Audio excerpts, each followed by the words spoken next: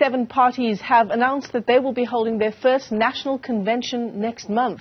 It's aimed at unseating the ANC in the 2024 elections.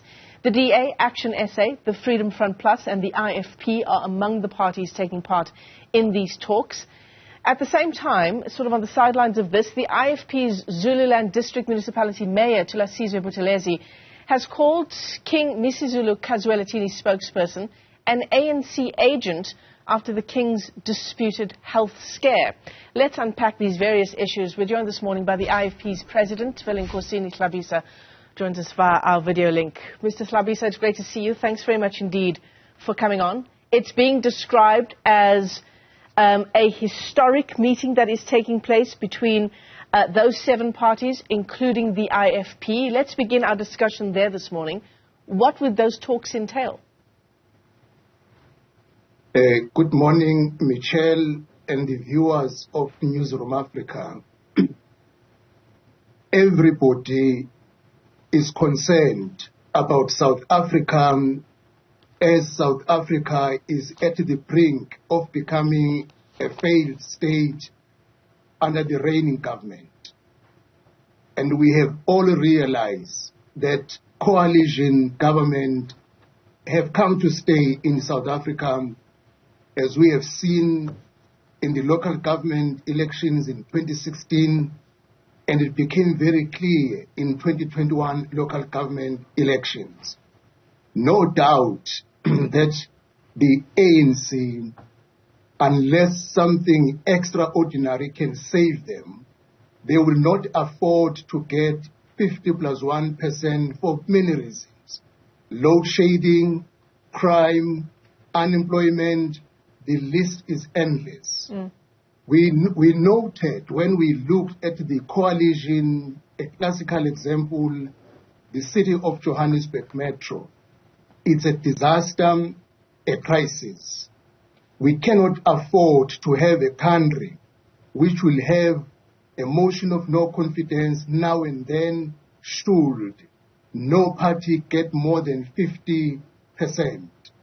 This coalition discussion, therefore, it is historic in the sense that it is for the first time in South Africa where a number of political parties on the opposition bench come to agree and speak with one voice that South Africa must be saved. Yeah. And the only people who can save it are the political parties on the opposition bench. No, is it sort of a happy coincidence that these talks will be taking place at that venue in Kempton Park? It's the same venue where our CODESA talks took place, where we were trying to negotiate a new constitutional dispensation post-apartheid. I mean, would you liken this to a moment in South Africa's history where there is a new dispensation, very much like a post-apartheid dispensation, when we talk post-ANC majority? Definitely, Michelle, it is not coincidental.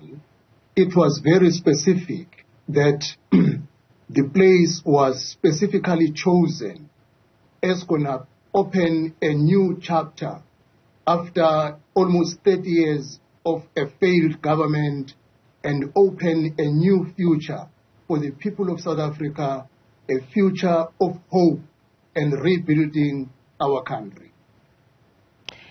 Are there any concerns that the IFP has going into these talks? Because these are political parties who are very different on the spectrum. You differ with these political parties on a whole range of issues, right?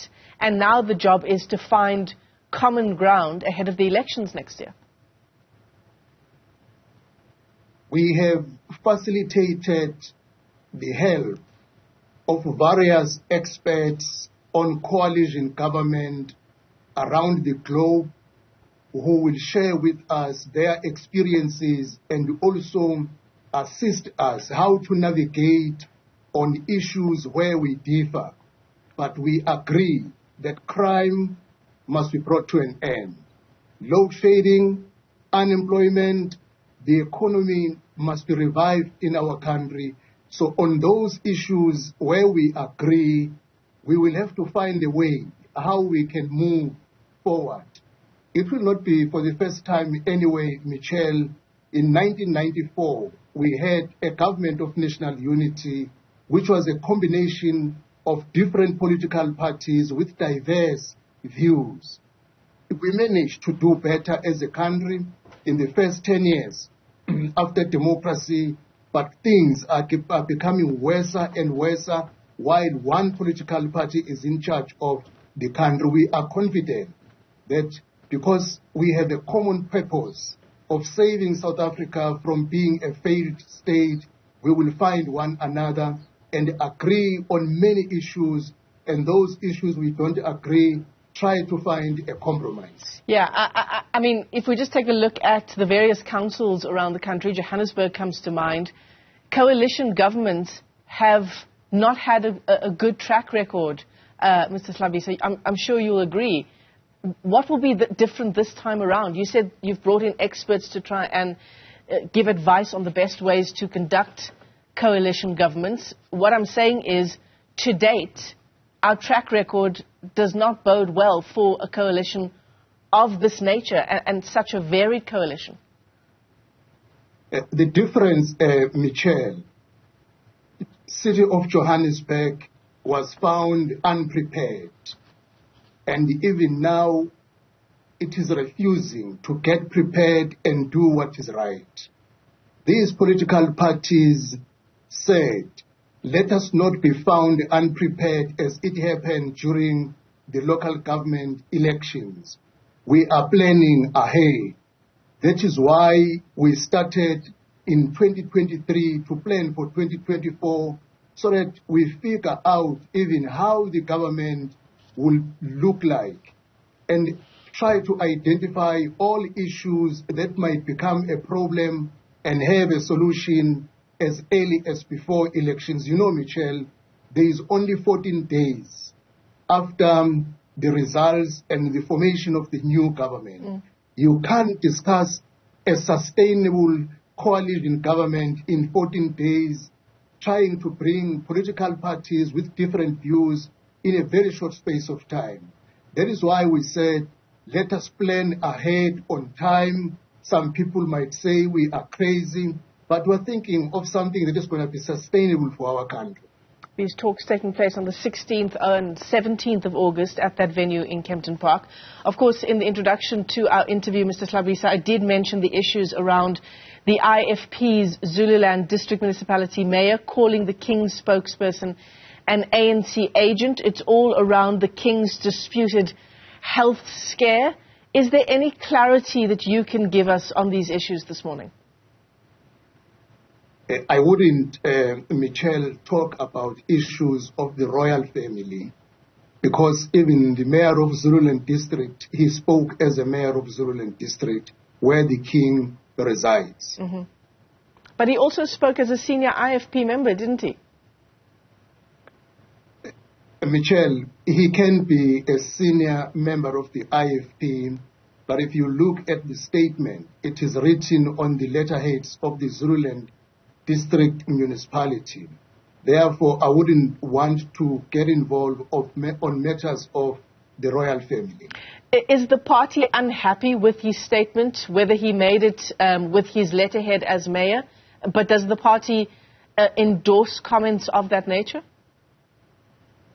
Well, Michelle, the person who is called the spokesperson of the King is openly attacking the traditional Prime Minister of the Zulu Nation, Prince Mangosuthu Buthelezi.